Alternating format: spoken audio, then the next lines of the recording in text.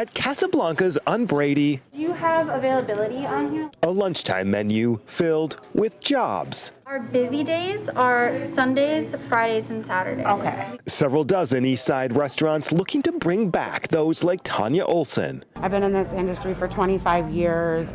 Sidelined because of the pandemic, but not everyone wants to return. I know a friend of mine, she don't even want to get a job. She's like, I don't even want to get a job until the unemployment runs out because I'm making more money on unemployment than I'm going to make if I go back to work.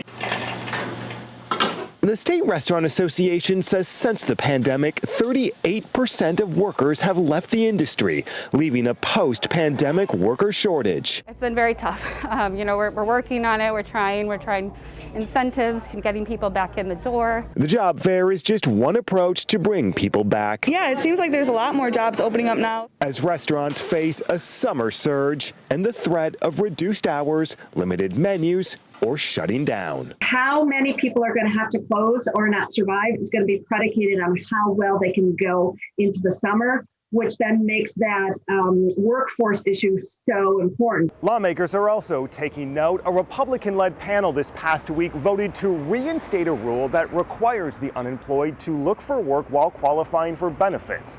Those changes take effect Sunday. In Milwaukee, I'm Matt Smith, WISN 12 News. The job fair at Casablanca runs again tomorrow from 11 until 3. Then Sunday on Upfront, Matt uncovers another major workforce problem that will affect resort towns statewide. People fully vaccinated against coronavirus no longer have to wear masks at Lambeau Field and in the Titletown complex. The Packers announced the change based on recent CDC guidance. And today the state added 406 new confirmed COVID cases. 8 more people have died. When it comes to vaccinations, 40% of Wisconsin residents are fully vaccinated. Here's a breakdown by age. More than 35,000 kids 12 to 15 years old have received their first dose after becoming eligible last week. 840,000 people have received a vaccine in the 65 and older age group. They were among the first groups eligible. 12 News is helping you get the facts on the vax. Kent Wainscott took your questions about the COVID vaccine to Dr. Jeff Potoff from UW Health. We had a viewer write in and say, I've heard that a lot of doctors say they're not getting the vaccine. Is that true? And if so, what does that say about the vaccine? Yeah, I don't know what doctors are talking to, but I work with a lot of doctors at UW Health, and I haven't found any yet that haven't been vaccinated. So as a group, doctors are one of the highest vaccinated populations in the United States. It's because we understand vaccines, we understand the risk of COVID-19, and for us, it's a 1-second decision. Vaccine far outweighs any other decision you could make. We have answers to more of your most frequently asked questions about vaccination on our website. Just go to WISN.com. We are less than 24 hours from tip-off between the Bucks and Heat in the playoffs. The Bucks' 2-time MVP is not putting too much pressure on himself. I know what I want, and I'm just going to continue being me, and I'm okay with who I am, and what I love to do is go out there and compete, and hopefully we can be in a good position and we can win games. Hopefully. Game 1 of the best-of-7 series starts tomorrow at 1 o'clock at Fiserv Forum. Then be sure to tune in Saturday night for a special Bucks playoff edition of Big 12 Sports Saturday. We'll be live from the Deer District with complete post-game reaction. One Greenfield family won't be cheering for the Bucks this weekend. Their oldest son plays for the Miami Heat. 12 Sports' Stephanie Sutton caught up with the parents of Tyler Hero.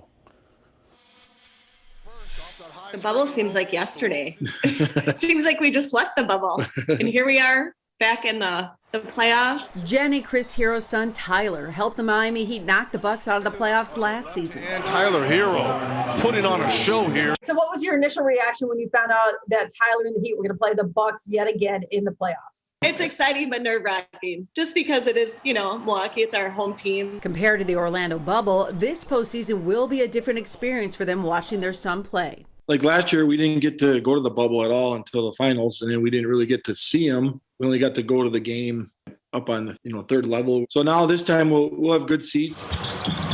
Mom and Dad also know the former Whitnall High Star is back home for business, not pleasure. He did say this weekend it's not going to happen. Don't plan on getting together. We'll see you at the game. How many members of the Hero family will be attending the game this weekend on Saturday? And how close will you be to the court this time around? Ooh, good question. Definitely, mom, dad, and his two brothers for sure. I would prefer to be on the floor, but I don't think Todd would like that.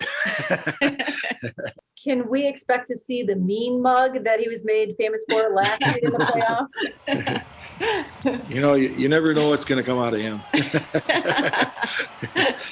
His mom asked him that last time, like, where did you come up with that? He goes, I don't know. It just happened. It just happened. It just happened. The Heroes are predicting another Bucks defeat by the Heat in the playoffs. We'll see what happens. The Milwaukee Brewers make a trade. The 4-player swap to jolt their offense and bolster their defense coming up.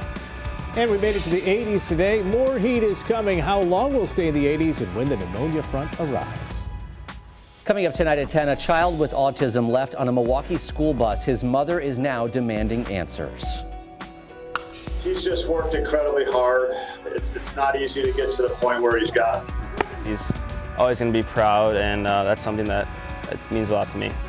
The Council family baseball legacy, how Brady Council is leaving his own mark on the same high school field, now named for his dad. That's tonight at 10 after Shark Tank in 2020, right here on WISN 12.